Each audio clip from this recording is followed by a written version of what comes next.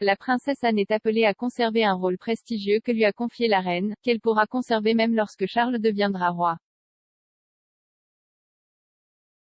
Plus tôt cette année, il a été rapporté que le prince Charles pourrait planifier un bouleversement majeur dans la façon dont la famille royale travaillera ensemble pour des engagements à l'avenir lorsqu'il deviendra roi. La nouvelle est arrivée après que l'héritier du trône a commencé à se tailler son nouveau rôle après la mort de son père, le duc d'Édimbourg, plus tôt cette année. La famille royale a également perdu 3 membres actifs au cours des 2 dernières années après que le prince Andrew se soit retiré d'une interview sur son amitié avec le délinquant sexuel condamné Jeffrey Epstein. Et le duc et la duchesse de Sussex ont également radicalement quitté leurs fonctions de membres de la famille royale l'année dernière, pour rechercher une nouvelle vie d'indépendance financière aux États-Unis. Mais il semble que la sœur cadette de Charles, Anne, puisse toujours conserver son titre de princesse royale malgré tout nouveau changement, en raison d'une simple règle royale. Expliquant l'histoire du titre de princesse royale, l'expert constitutionnel Ian McMartin a déclaré à Express. Co.uk, le roi Charles Ier a été le premier monarque à créer sa fille aînée, Mary, princesse royale, en 1642. C'était apparemment à la demande de son épouse la reine Henriette Maria, fille du roi Henri IV de France à la cour duquel il était d'usage que la fille aînée du monarque soit connue sous le nom de Madame Royale. Henrietta Maria recherchait la parité pour sa propre fille, surtout lorsque Marie se rendit aux Pays-Bas après avoir épousé Guillaume II d'Orange. Depuis Marie, il y a eu 6 autres créations de jure, dont la titulaire actuelle, la princesse Anne, avec une création jacobite supplémentaire des rois Jacques VII et II en exil.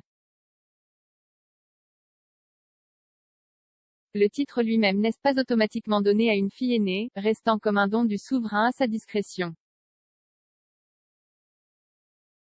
Une fois créé, le titulaire en jouit à vie même s'il y a une nouvelle succession.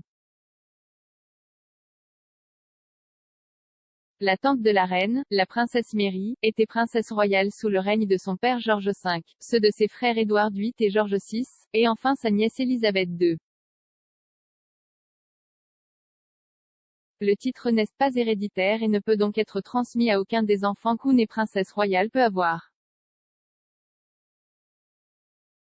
La princesse Anne a elle-même été créée princesse royale par sa mère, la reine, en 1987, en reconnaissance de son service à la monarchie et à ses nombreuses œuvres caritatives et mécénat. En regardant vers l'avenir et en supposant que le prince William devienne roi, on peut s'attendre à ce que le titre soit libre et qu'il soit tellement motivé que sa fille, la princesse Charlotte, pourrait à terme devenir la prochaine princesse royale en tant que fille aînée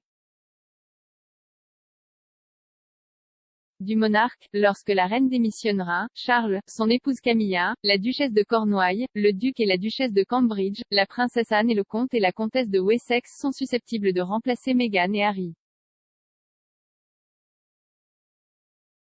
Sophie Wessex aura une charge de travail accrue après être devenue proche de la reine au cours des 12 derniers mois.